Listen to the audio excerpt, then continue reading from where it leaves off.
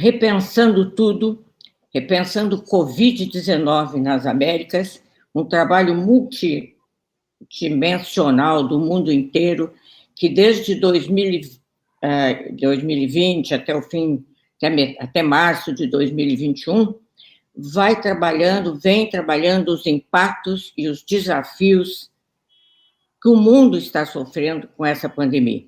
Essa instituição, que é multinacional, ela tem a participação da AHF, que é Global Public Health Institute da Universidade de Miami, the Center of Advanced Studies of the Americas, da Universidade de Miami, e da International Association of Providers of AIDS Care, IAPEC. Bem, é um trabalho que vinha estudando vírus, enfim, vinha focando na AIDS, que atualmente então está trabalhando com o Covid. Bem, o mundo se surpreendeu com essa pandemia e as pessoas reagiram sem saber bem o que estava acontecendo e começando a focar no trabalho dos cientistas, dos médicos, dos psicólogos, enfim, das pessoas da área da saúde. Nós somos uma pessoa inteira, nós não podemos reagir só com a parte da mente, do corpo, está tudo interagindo. Mais do que interfaces, mais do que influências, eu acredito que é o nosso ser integrado, a nossa vida integrada nesses momentos. Por isso que tudo está um afetando o outro, já fazendo a coisa meio parcial, porque realmente o que acontece é integrado. Bem, então, convidamos para esse painel sobre a pandemia, os aspectos sociais, os aspectos psicológicos da pandemia, os impactos e os desafios, duas doutoras, duas psicólogas do Rio Grande do Sul, Brasil, a doutora Fabiane Santos Machado e a doutora Eliana Sardi Bortolom. Doutora Fabiane, ela tem pós-doutorado, de Psicologia Social e Institucional na Universidade Federal do Rio Grande do Sul, na URGS, pertence ao Conselho de Psicologia, muito bem visto, muito bem cotado, digamos assim, no Rio Grande do Sul, Brasil.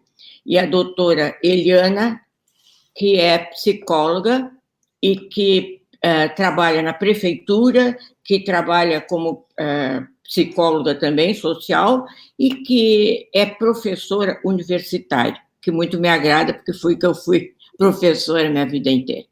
Então, tema para elas, complexo. Pandemia, Covid-19, impactos na saúde mental, impactos e desafios. Eu vou começar perguntando para a doutora Fabiane o seguinte: como a psicologia, não sei, sentiu no primeiro momento isto? Como vem atuando, como está atuando, quais foram os grandes desafios da área da psicologia, Fabiane? Bom dia, boa tarde, boa noite, porque nesse mundo online a gente não sabe quando as pessoas estão nos assistindo. Acho que esse também é um dos primeiros impactos da pandemia nas nossas vidas, né? A gente também conseguir aprender a se relacionar através da tela, né? Acho que foi um desafio para todos nós, independente da área, né, do setor onde a gente atua, pessoal e profissionalmente, né? As nossas famílias também, nós acabamos tendo que nos comunicar através da tela.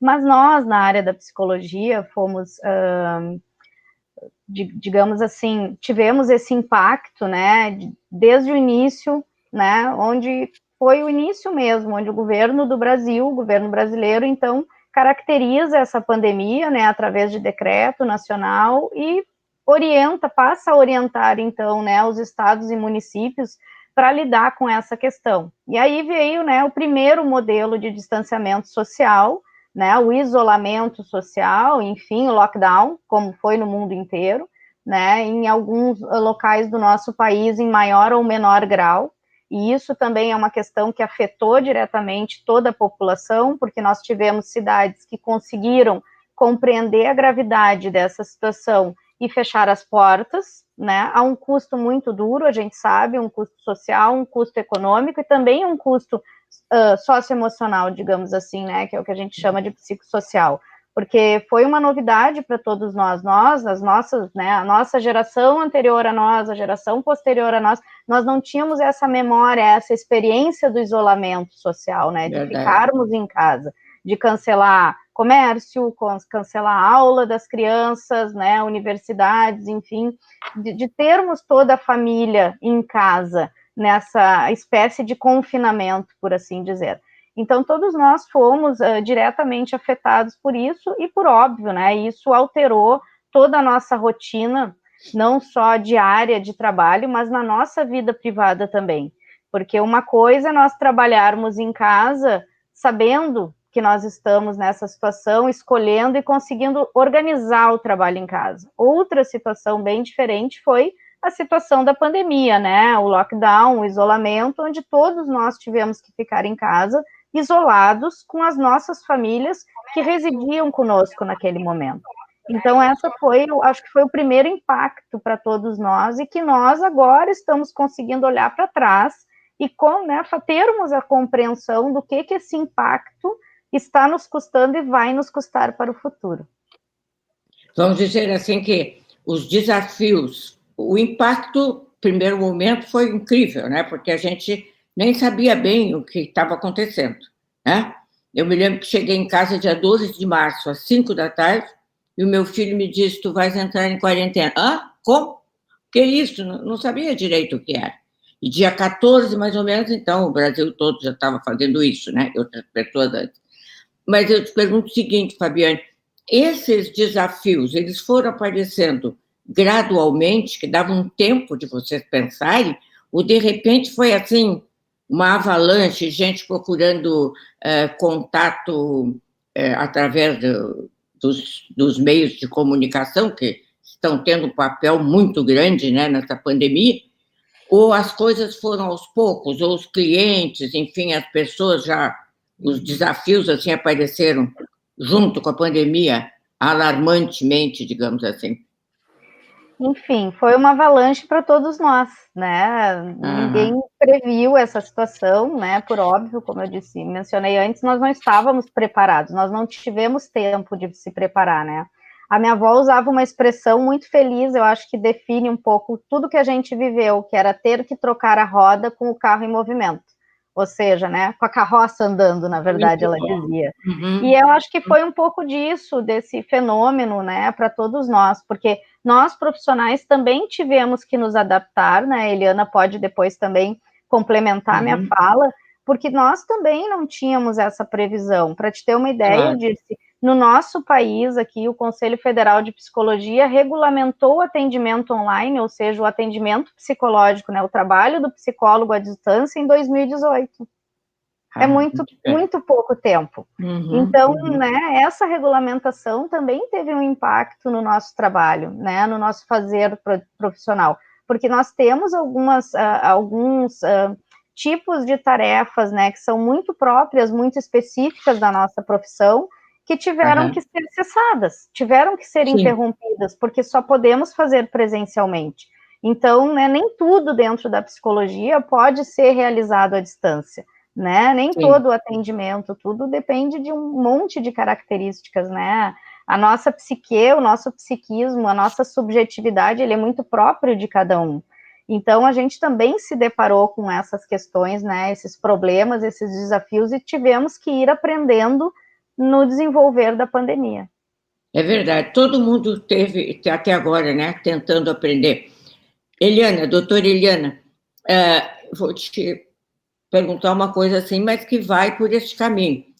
A gente falou muito que as desigualdades sociais também explodiram, né, junto com a pandemia. Eu sempre costumo dizer uma coisa assim, acho que vocês concordam, os invisíveis, eles existiam, e a gente sabia. Só que a gente, sabe, a gente ia levando a vida de uma forma um pouquinho mais gostosa. E naquele momento foi muito forte tudo que aconteceu. Teve gente trabalhando assim de uma forma brilhante para ajudar essas pessoas. Dentro do trabalho de vocês, Eliane, como funcionou isso da desigualdade social para começar? Porque, cara, os clientes ou as pessoas que vocês atendiam tinham como fazer atendimento online, não tinham. Não sei como é que isso aconteceu, qual foram os helps que pediram para vocês desde o início, Eliane. Dirce, boa noite. Então, aqui em Passo Fundo, onde Boa eu estou, noite. já está escurecendo. Passo Fundo, grande terra gaúcha. Mas boa tarde, bom dia, como diz a Fábio, né? Queria te agradecer por essa pergunta, porque ela diz muito, assim, do que nós viemos refletindo nos últimos tempos, né? A psicologia brasileira respondeu muito rapidamente ao exercício profissional do psicólogo e da psicóloga de um modo geral, regulamentando, né, essa regulamentação que a Fabiane nos trouxe, que o Conselho Federal de Psicologia tinha feito, era desconhecida, inclusive, de muitos psicólogos e muitas psicólogas.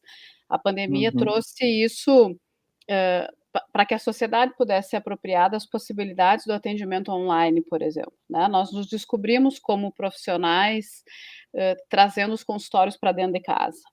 Mas isso é um pedaço do nosso trabalho, né? É um recorte do trabalho da psicóloga e do psicólogo. A desigualdade social, ela escancarou, ela destampou, né? Assim, a pandemia trouxe à tona, de fato, concordo contigo, isso quem não queria ver teve que ver, né? Quem preferia não ver também não tem como, a gente tropeça nela na rua, literalmente. Exatamente. Né? Quando a gente anda por aí.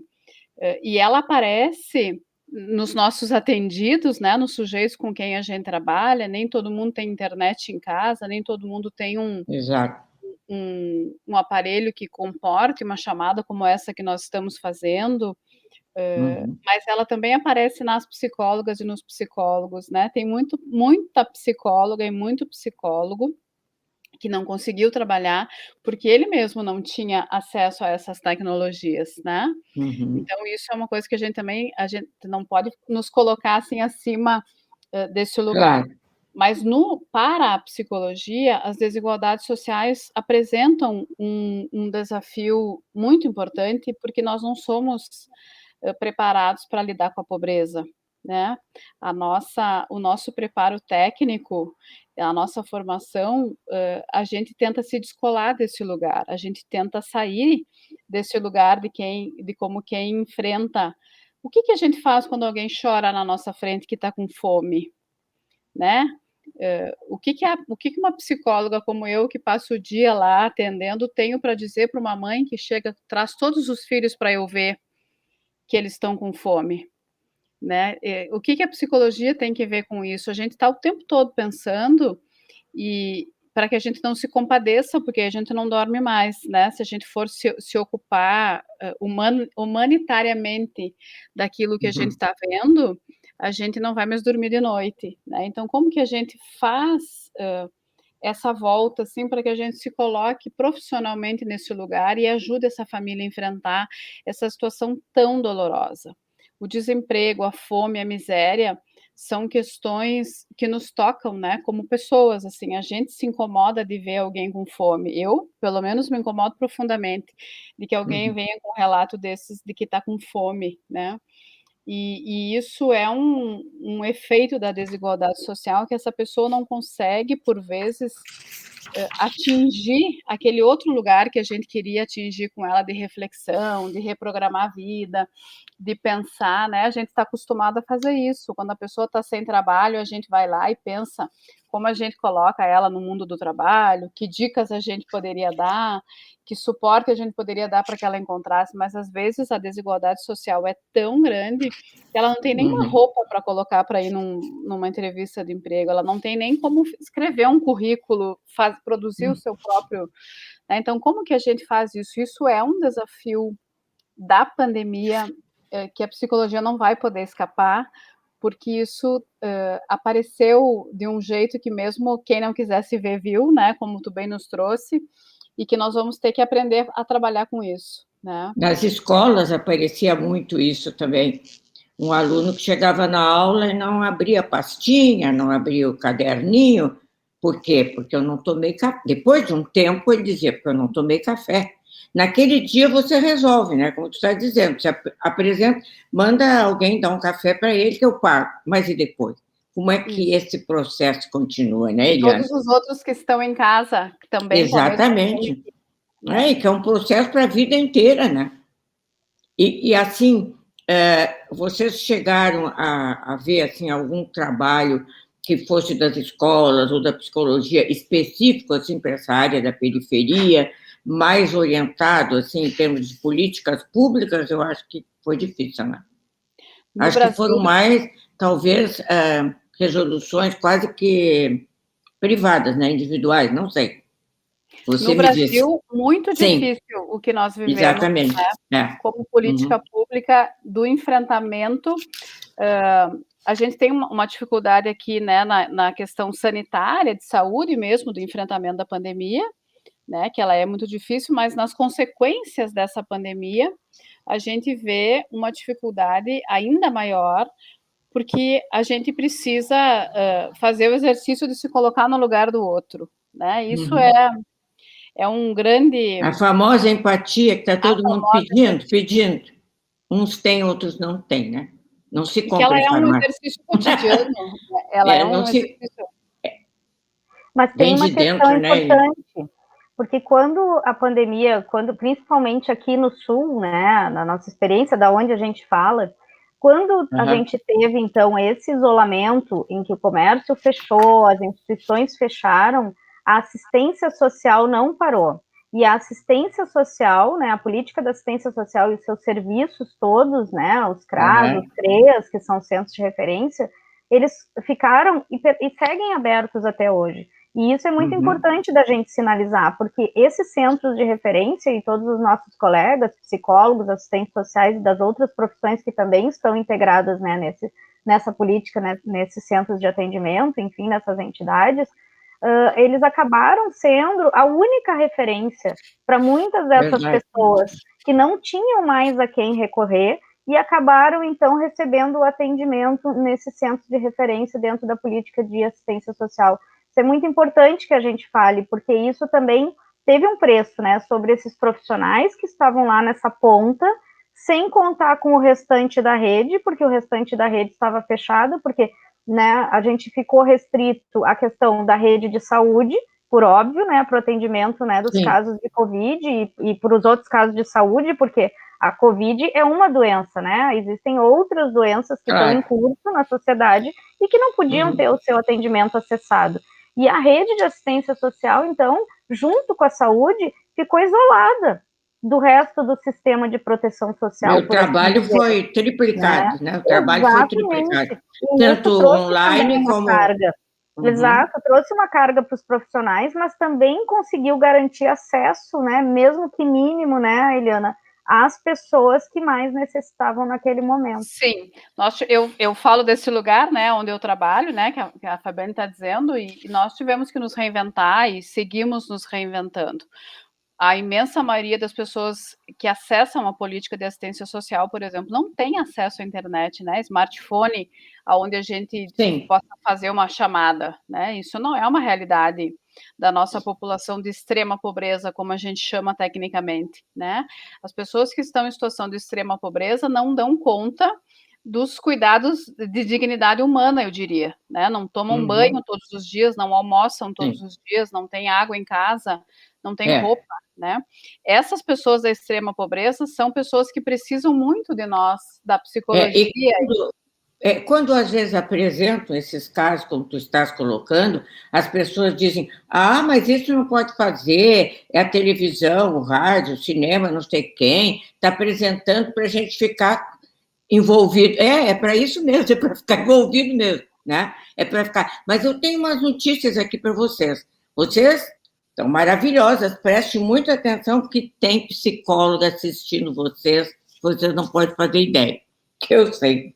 Olha aqui, temos Débora Toledo, que é psicóloga, Márcia Marques, que é psicóloga, trabalha muito, inclusive, com a área emocional infantil, André Hofmeister, não, Lígia Barata Silva do Brasil, Sinara Tosi Michel, psicóloga também, Gabriela Fiordi, que está assistindo vocês aqui no Facebook dos Estados Unidos. E, então, muita gente assistindo vocês no Facebook. Muita gente assistindo no Facebook. E agora eu vou perguntar uma coisa, assim. Isso que a Eliana estava falando. Claro, tudo está, como a gente falamos aqui no início, tudo é uma coisa só, a pessoa é uma coisa só, o negócio é holístico, né? Não dá para separar. Então, como ficou isso tudo, a pobreza, a miséria até, né, se a gente quiser falar, as desigualdades sociais, os problemas que foram jogados em cima da gente, né? Porque tem uma música que é do Oswaldo Montenegro, que ele diz para aguentar essa paulada, porque é uma paulada, né? Então, então o emprego parou.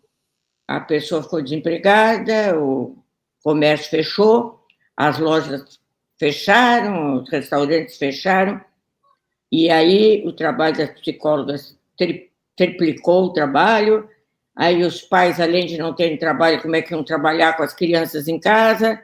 E aí, como é que isso aí foi, assim, notório, esse desespero, assim, pelo trabalho?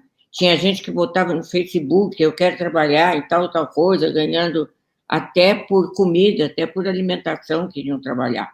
Como é que vocês sentiram, assim, a força aí do trabalho e como sentiram também, nós referimos antes, inclusive, um painel que houve aqui, como é que essa pandemia, como é que as atitudes do governo, enfim, trabalharam em função das pessoas que ficaram sem trabalho. Houve coisas, houve ali o atendimento, aquele de R$600, aquilo houve, agora está numa luta aí, parece que vai para 200, não sei. Como foi esse impacto, assim? Ele foi muito, piorou muito tudo, digamos assim. Eliana, acho que estava no teu caminho.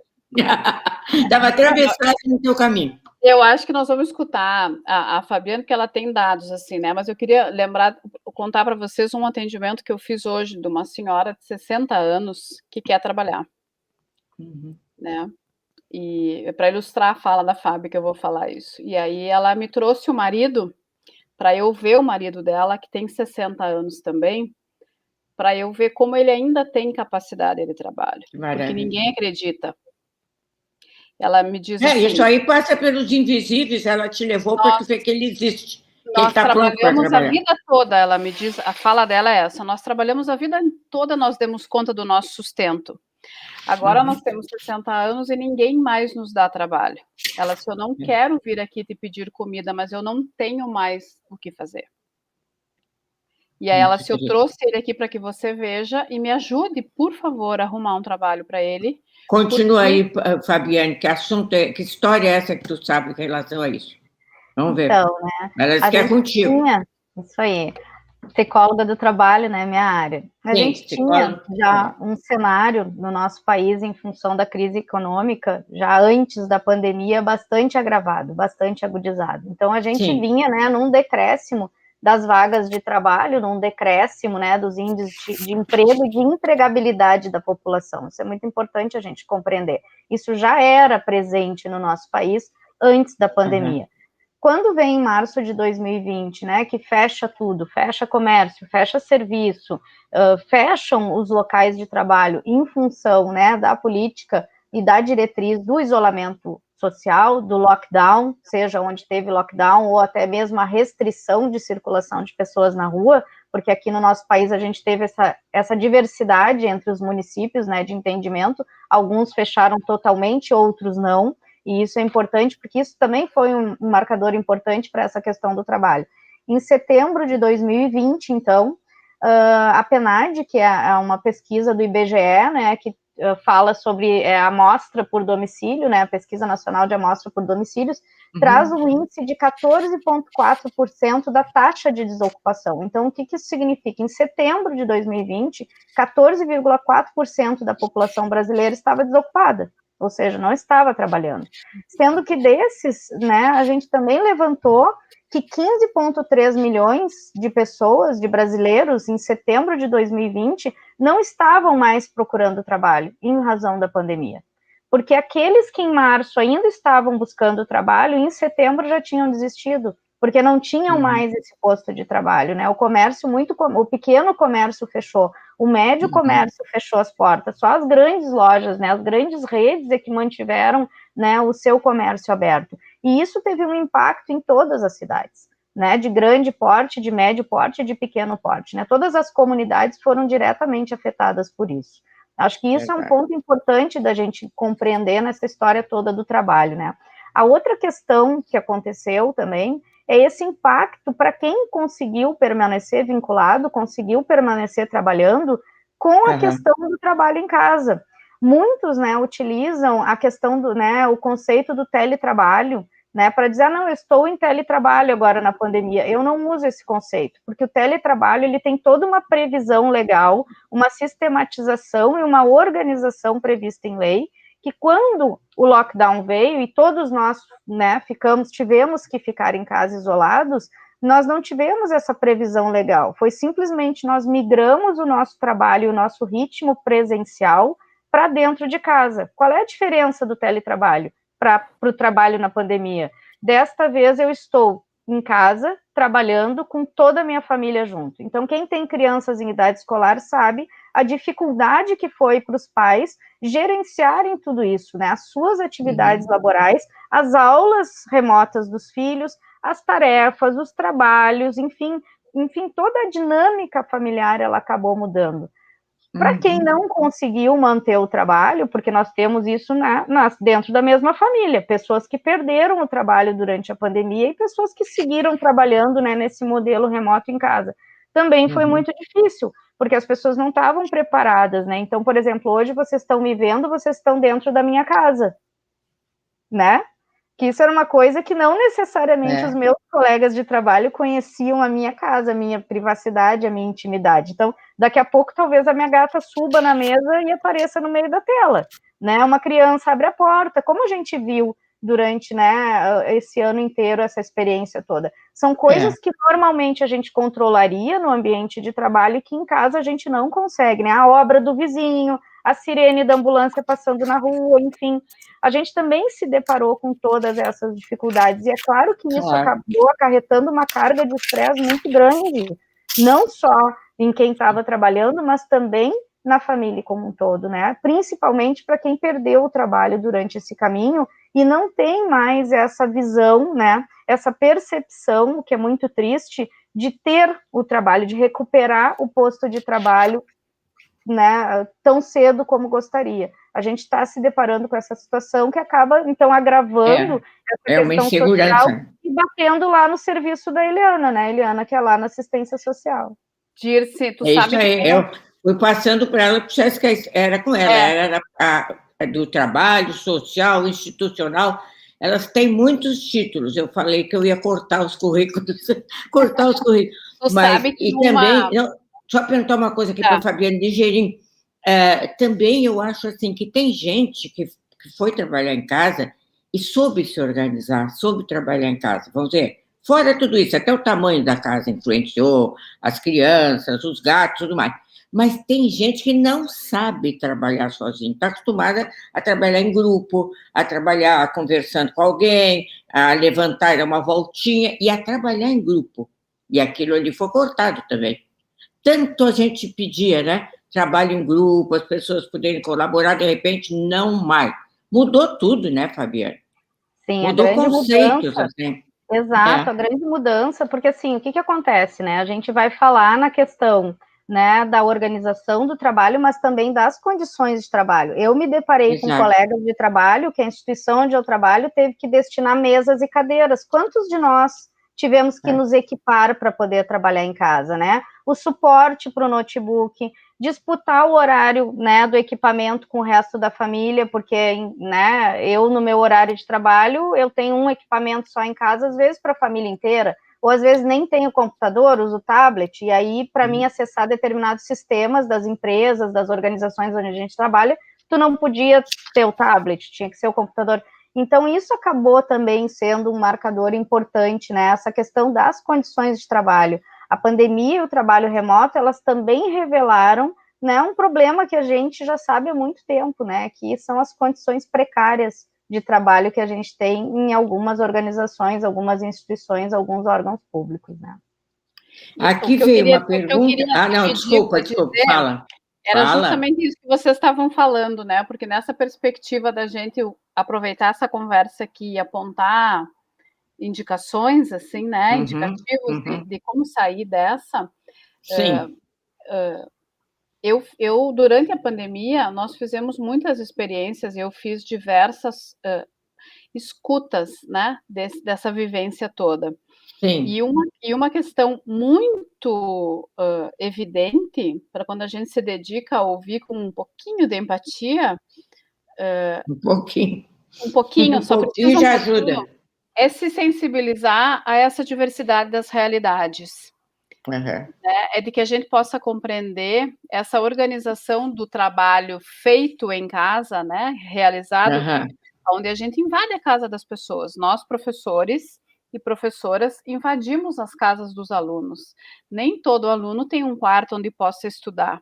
Né? Uhum. Então, por Uhum. isso que às vezes os alunos, eu posso compreender, não querem ligar as câmeras, porque quando liga a câmera, aparece toda a realidade da casa. Nem todo mundo está apto para isso. E aí, quando, assim, uma construção interessante é de que os gestores, os chefes, os coordenadores, né, os responsáveis, que a gente tenha isso, possam ouvir os seus subordinados, os seus trabalhadores, para poder entender essa realidade, porque às vezes a pessoa não tem uma cadeira, né? Assim como diz a Fabiane, né? Não tem uma cadeira. Então, às vezes, se a empresa conseguir mandar uma cadeira onde a criatura possa sentar dignamente, ela vai render. Às vezes a gente precisa compreender que a aula em casa, online, ela é assistida no mesmo computador que a mãe tem que trabalhar. Né? Alguns conseguiram fazer, né? Nós aqui em casa tivemos que comprar mais mesa, mais cadeira, mais computador, mas nem todo mundo conseguiu fazer isso. Né? Nem todo mundo conseguiu ir equipando toda a necessidade. Então, quando a gente escuta e pode fazer alguns movimentos que são simples, aparentemente simples, né? Que é, por exemplo, disponibilizar o equipamento, flexibilizar às vezes o horário para poder dar conta desse ajuste doméstico que precisa ser feito. Olha, meu filho tem aula da 1 às 3, bom, então da 1 às 3 eu vou liberar a Fabiane de trabalhar, né, de responder e-mail, de atender, porque ela precisa alcançar o computador para que o filho assista a aula. Esses ajustes, eu acho que são humanos, né, do enfrentamento da pandemia. É o que nos dá, assim, uma dignidade e que a gente possa ir se respeitando. Se a gente tivesse feito isso na miudeza, né, na sensibilidade, de um por um, uma por uma, nós temos conversado muito disso, né, Fabiano? Quantas vezes a gente fica horas discutindo num grupo de WhatsApp uma coisa que não faz sentido para muitas pessoas. Quando a gente fala com né, com uma, a gente pode entender o que ela está nos dizendo. E esse é um ensinamento da psicologia. A psicologia que nos aponta que cada caso é um caso, né? Verdade, cada caso é um caso. Isso. Cada caso é um caso. Então, e eu acho que, de repente, podia ter acontecido alguma coisa, que eu não vou dizer aqui, porque não seria eu que ia decidir, mas eu acho que poderia ter sido atendido um pouco, pelo menos na parte de escola, de aluno. Essa parte de não ter o computador, não ter o celular, eu acho que podiam ter tido atendimento nessa área. Eu acho que não ia ser uma coisa tão cara, tão vultuosa assim. Talvez 3 alunos em cada casa, eu não sei, não pensei tudo, mas isso me incomodava muito. Por que não podiam oferecer um pouco dessa tecnologia do instrumento em si para as pessoas que não tinham? Isso. Não podia não resolver tudo.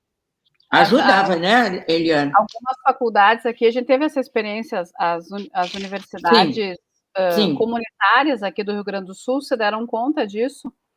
E aí arrancaram os computadores das paredes, como eu digo, e alcançaram para os alunos, né? Porque é isso, eram poucos que não tinham condições. Que tinham que ter ido mais além, arrancado mais longe. E tem coisa, aqui, a técnica está me dizendo que eu tenho que dizer aqui, olha aqui, está entrando aquilo que, inclusive, tinham pedido para vocês, que as famílias ficam em casa, alguns ficam muito bem, até ficam mais amorosos e tudo, e alguns, como a pessoa colocou assim, eles ficam brabos, eles apresentam tristeza, eles colocam sinais que devem ser atendidos, para prestar atenção, para buscar ajuda profissional. Que sinais são esses que podem indicar que é uma reação normal ou que é uma reação que precisa de atendimento? Quem vai nessa? Quais são os sinais, assim, que mostram? Tem que ir para o psicólogo, para o psiquiatra, para o médico? Não, pode ficar aí que vai resolver sozinho. Quais são os sinais?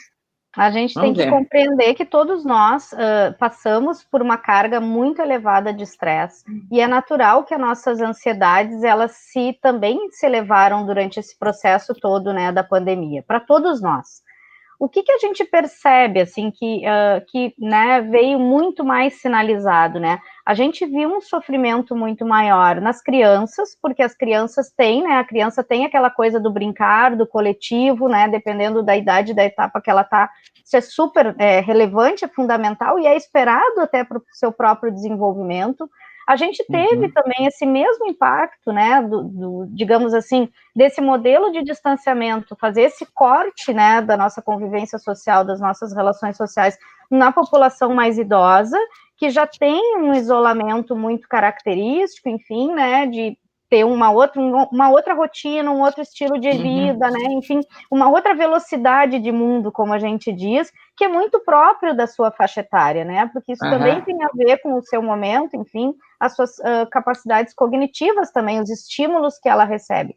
Então, a gente teve esses dois extremos, né, tanto com as crianças quanto a população idosa, dessa ansiedade de querer retomar a sua vida, o seu convívio, né, e não poder. E isso foi muito difícil, foi, eu acho que um dos marcadores, talvez um dos principais marcadores dentro das famílias, porque a gente teve também a experiência, né, não só desse isolamento das famílias se distanciarem, quanto também um movimento contrário, das famílias elegerem um lar para poder se agrupar e para poder conviver. E isso também trouxe outros problemas, como a elevação das despesas, né? Ou seja, né, muitas vezes, né, os donos da casa, né, o pai, a mãe, a avó, o avô, tinham uma rotina com as suas despesas, que eram regulares, e daqui a pouco essas despesas triplicam, porque, né, triplicaram o número de pessoas dentro da residência convivendo. E triplicaram os preços. E triplicaram os preços também. Triplicam os problemas, porque conviver, né, uma coisa é a gente ter a nossa rotina e a nossa convivência diariamente, e outra coisa é essa mudança abrupta, né, repentina como teve. Outra coisa, um grupo que me preocupa muito, que eu fico pensando, puxa, olha só, o que eles estão perdendo são os adolescentes. E outra coisa que me preocupou tremendamente, você sabe que a professora aqui, né, aparece toda hora, foi o Enem, essas coisas. Pelo amor de Deus, eu não queria ter feito o Enem. Pelo amor de Deus, vai e não pode, vai para outro dia, faz em casa, não faz. Já pensou a ansiedade dessas criaturas que já têm que jogar o conhecimento em 1 ou 2 dias? Que eu acho isso horrível. Eu acho que isso não mostra quem é ninguém. E ainda por cima tinha criança sentada no fiozinho da calçada porque a sala teve maior número do que o julgado. Então, essa parte do adolescente é muito séria também, né, Fabiane? Exatamente. Aí tu me perguntou dos sinais, né? O que é importante a gente estar atento, né? Justamente isso, né? A nossa ansiedade, a nossa irritabilidade, a nossa impaciência, tudo isso aumentou muito na pandemia, para todos nós. Mas aonde que as coisas extravasam, né? Onde que elas extrapolam, né? Quando a gente não consegue mais dormir, a gente não consegue ter o tempo de descanso, a gente não consegue ter o tempo de lazer, aquele tempo que a gente tem para nós para poder respirar, né? As minhas amigas que são mães, né? As pessoas que eu convivo, que eu atendo, que são mães de crianças, todas elas me trouxeram uma exaustão muito grande pelo acúmulo, né? Tanto do cuidado dos filhos, do cuidado com a escola, com o seu trabalho, com o cuidado com a casa, enfim, a gente sabe tudo isso. E, infelizmente, né, para nós mulheres, um dos elementos que apareceu muito durante a pandemia e que a gente não pôde mais fingir que a gente não estava vendo foram os feminicídios, né? A violência doméstica, as taxas de violência doméstica que se elevaram, né? O número de queixas que apareceram.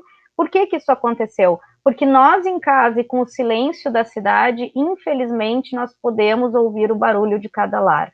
e nem sempre o barulho desses Isso lares foi muito lindo.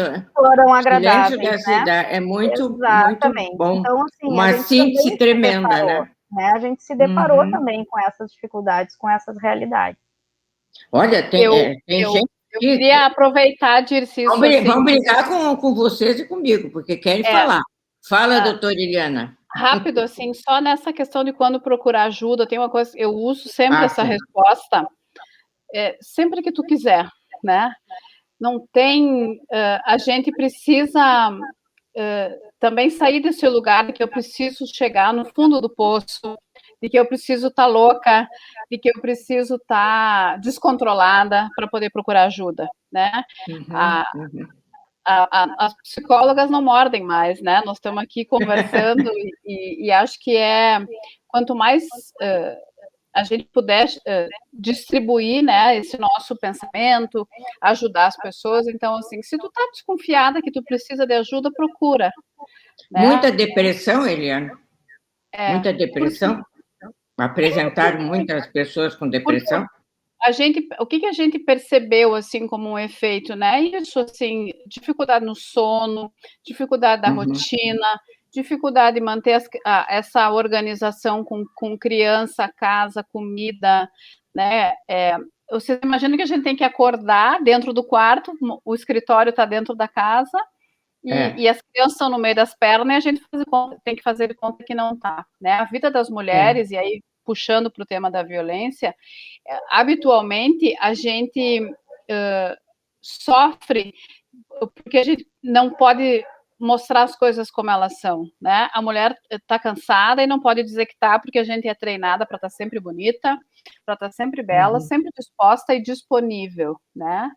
E aí, o que a gente viu, assim, com a pandemia? Todo mundo trancado dentro de casa, e aí a gente não pode pensar na minha casa, que eu estou aqui dentro de um quarto com a porta fechada, meus filhos estão lá fora, cada um com o seu equipamento eletrônico, nem todo mundo está nessa condição. Às vezes a casa é do tamanho do meu quarto aqui, né? Verdade. Onde está todo mundo. E aí a gente amanhece e anoitece ali, com dificuldades essas todas que a gente já falou, de perder trabalho, né, de ter dificuldade de acessar, de compreender. Esses dias, uma mãe me disse, eu até peguei os trabalhos da professora, mas eu não entendi nada que ela disse. Eu não sei explicar para o meu filho, eu não consigo. E isso a gente não pode culpabilizar as mães por isso, né? Não, graças a Deus que as professoras fizeram um pouquinho de falta também. Fizeram, né? Fizeram falta. Que bom, né? Eliana, eu não quero te interromper, mas o pessoal aqui está agitado. Vai lá. Eu acho que faço duas perguntas aqui, ó. O home office, será que o trabalho à distância veio para ficar? Olha aí. A psicologia não está gostando muito de fazer expectativas assim longas, eu acho, né? Porque está difícil. Mas será que vai ficar? Essa questão temporal é uma coisa importante. Quando começou a pandemia, nós imaginávamos que em 15 dias a gente ia voltar. Verdade. Né? A gente fez uma conta assim, não, vamos ficar 15, 20 dias, depois a gente começou a dizer, não, talvez seja 30, e talvez seja 40 mesmo de quarentena, e nós vamos abrir a porta, vamos sair para fora e o mundo vai continuar como era antes. Nós demoramos um tempo para entender que isso não é verdade. Né? Nós não tem mais para onde voltar, a gente não volta mais, a gente vai daqui para frente. Então, assim, nós vamos ter, eu vou deixar a Fabiane falar, porque ela tem mais propriedade, mas nós temos, sim, reorganizações dos processos de trabalho, mas isso também nos traz desafios, né? Exatamente, né? Eu tenho uma pergunta aqui, Fabiane, eu tenho uma pergunta aqui que é minha também, eu queria fazer essa pergunta. Então, eu queria ter feito. Ai, desculpa, tu volta, o tempo não volta, mas pode voltar depois da minha. Claro. É o seguinte, eu gosto dessa pergunta. Quais os reflexos da pandemia no futuro emocional das pessoas? Há quem entenda que o homem será melhor, mais preocupado, ou volta a ser como eram antes? Ai, eu gostei dessa pergunta. Então, né, eu acho que isso tem um pouco a ver, né? Tem um pouco a ver também com a pergunta anterior, né, da história do home office, do trabalho em casa, se ele veio para ficar, né? Eu acho que o que a gente tem que compreender, e aí quando eu digo a gente, somos nós trabalhadores, mas também os gestores, os líderes, né, os líderes de equipe, né, enfim, todos que se envolvem, né, diretamente com a questão do trabalho, é que a gente tem que adaptar esse trabalho. A gente não pode seguir nessa rotina desenfreada que a gente está. Como eu disse lá no início, nós migramos de um sistema presencial para o mesmo sistema em casa, e em casa é outro ritmo. Esse foi o preço que a gente pagou por não ter tido tempo de fazer essa adaptação, né? Aqui no país, a gente tem já uma regulamentação legal, a reforma, né, de 2017, da consolidação das leis do trabalho, trouxe a previsão do teletrabalho, então ela tem uma previsão legal, porém, o que aconteceu na pandemia e toda a nossa produtividade, né, que a gente chama do produtivismo exacerbado, também saiu do escopo legal, digamos assim. Nós acabamos trabalhando muito mais, e aí nós ensinamos aos nossos gestores que a gente produz muito mais em casa, e também tivemos, né, o olhar dos nossos gestores para nós, trabalhadores em casa, da seguinte maneira: já que vocês estão em casa, vocês têm que cumprir mais tarefas, vocês têm que ter uma meta maior, porque como se estivesse em casa, é como se fosse um prêmio para o trabalhador. Não, como tu está em casa, então tu tem que produzir mais do que quem produz normalmente no trabalho presencial. Eu queria falar sobre isso, porque isso foi bem importante. Se a gente vai continuar em teletrabalho, em home office, a gente tem que repactuar essas questões, porque em casa, de fato, é outro ritmo.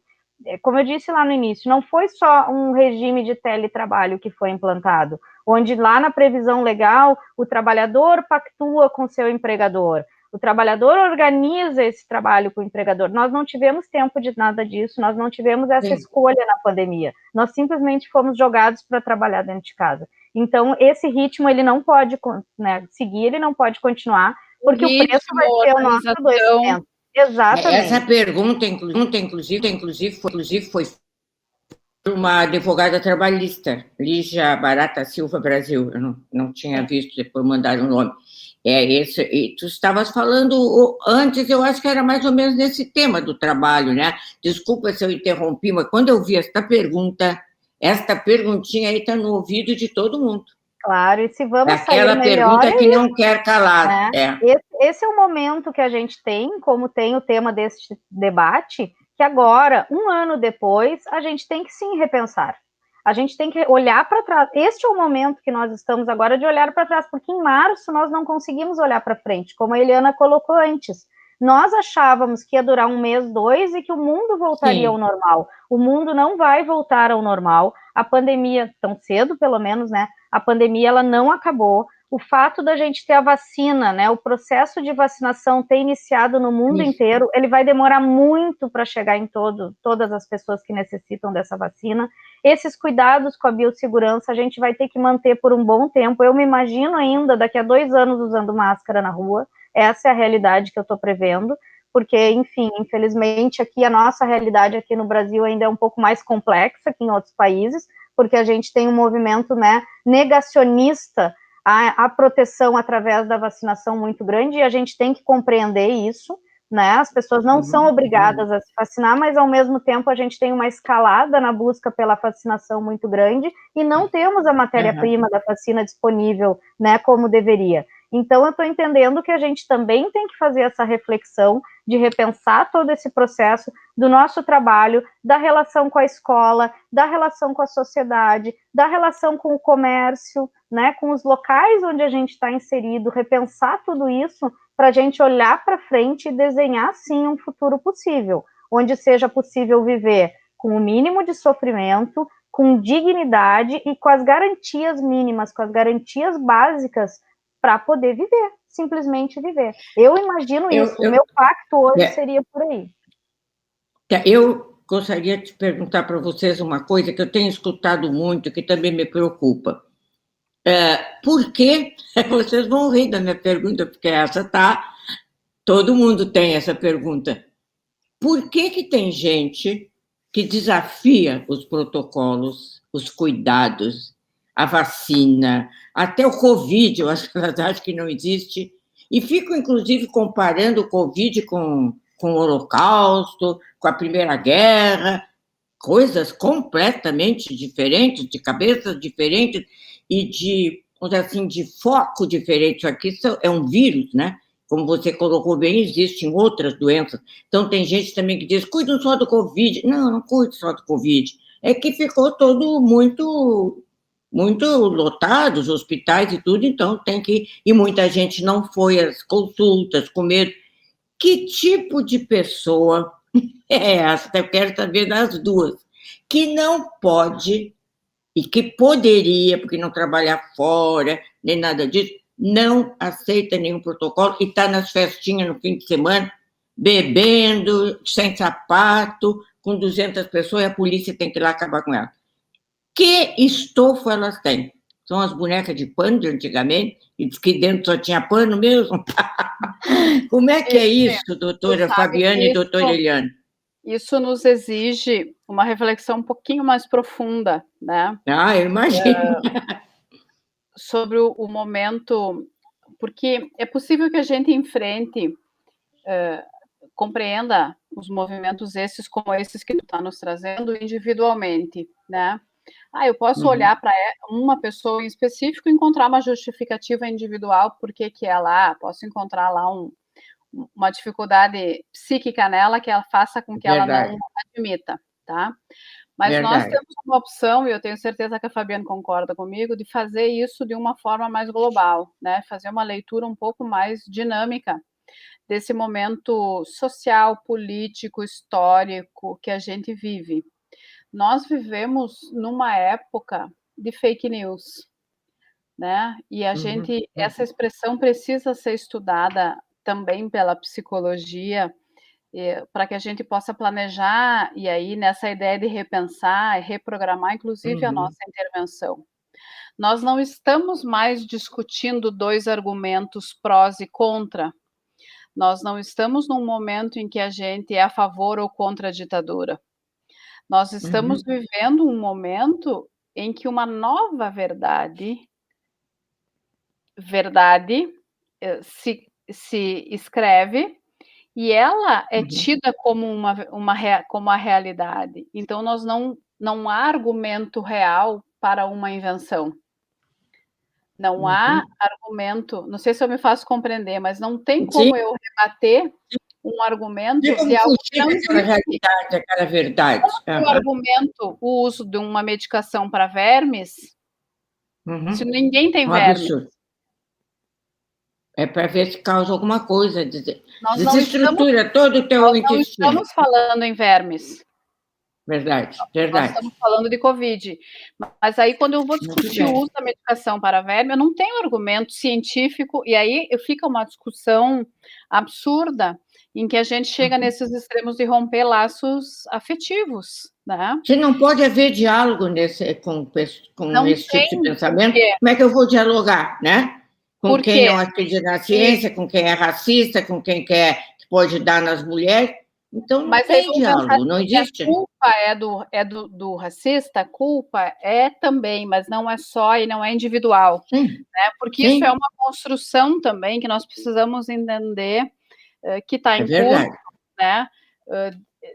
Quando eu argumento uma verdade num lugar onde a pessoa recebeu 10 mentiras, aquela minha única verdade fica frágil. Então, é por isso que nós estamos nesse momento muito, muito, muito complexo, em que a gente precisa sair desse lugar de que odeia aqueles que nos odeiam, né? E eu falo isso para as psicólogas e os psicólogos também, né, que nos assistem. Nós precisamos parar com esse embate de nós e eles, como diz a Fábio, né? Assim, nós precisamos abrir o coração e perguntar para a pessoa, né? Por que tu foi na festa? Mas assim, um por um, para poder desmanchar esse argumento. O que faz você, jovem, vontade de ir na festa? Eu também tenho vontade, né? Eu queria que a gente estivesse juntas agora e pudesse depois sair para jantar, comer uma pizza juntas, mas não dá. Então, nós ficamos cada uma na nossa casa para conseguir fazer essa conversa, né? Então, por que mas aí é um por um, assim, né? É desmanchar esse argumento da fake news, que é um novo mundo que nós precisamos enfrentar e nos preparar.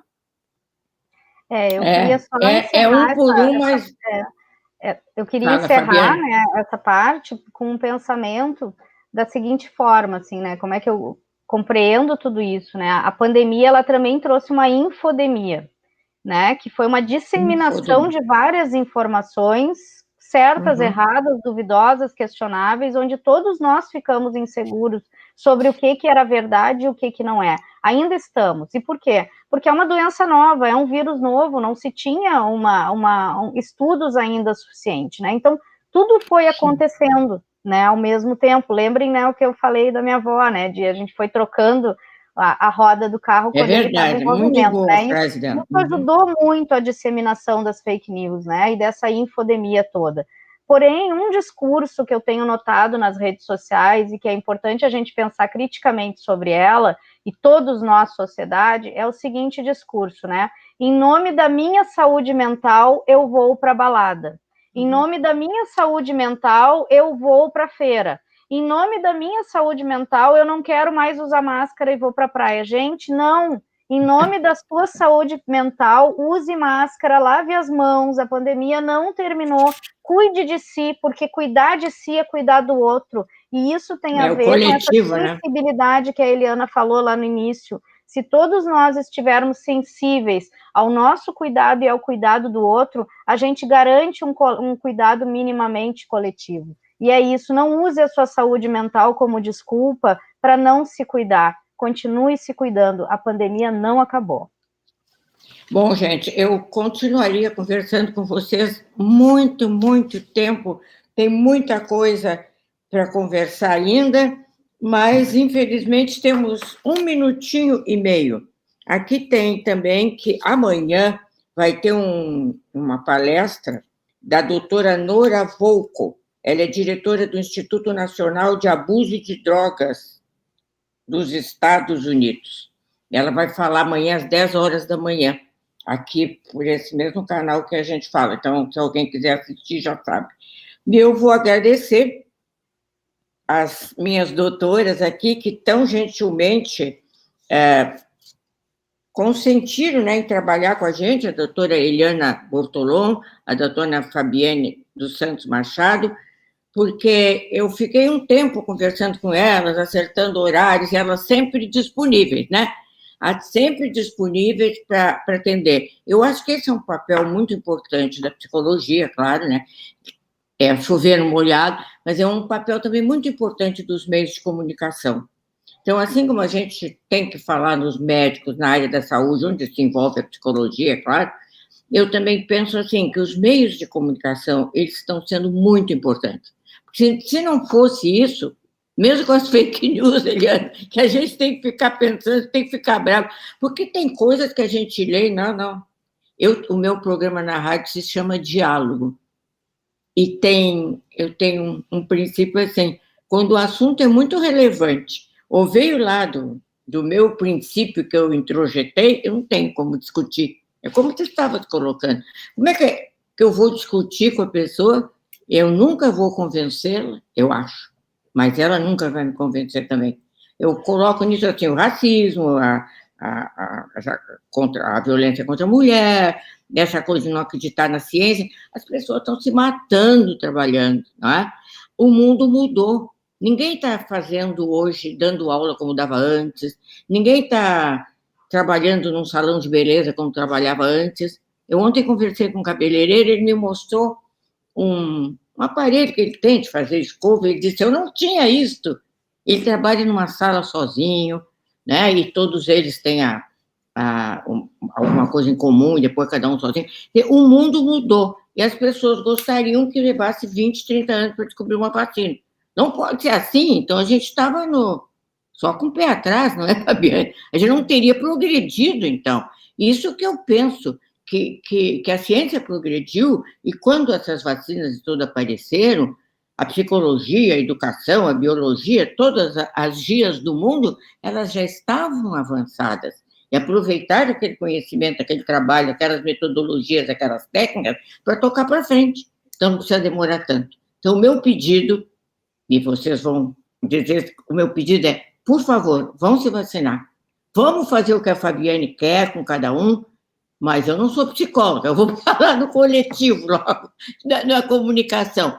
Pelo amor de Deus, gente, vamos fazer isso, que isto vai fazer uma mudança agora, aos poucos, e vai fazer a nossa mudança para o futuro. É ou não é verdade? Então, muito obrigada para as doutoras, continuem trabalhando, porque o pessoal está precisando muito de vocês, nós teríamos muitas perguntas para fazer. Eu sei que muitas coisas sérias aconteceram, mais sérias ainda, digamos assim, se é que se pode dizer, no ramo da psicologia. Gente, inclusive, que queria até acabar com a vida, e as psicólogas que foram atender. Então, vai também o nosso agradecimento a vocês, trabalho todo que vocês fazem, que pode nos ajudar a passar esse processo tão difícil, que eu nunca imaginei, eu estou com 80 anos, eu nunca imaginei passar na minha vida. Não entendo como é que isso chegou na minha vida, uma coisa que nunca imaginei.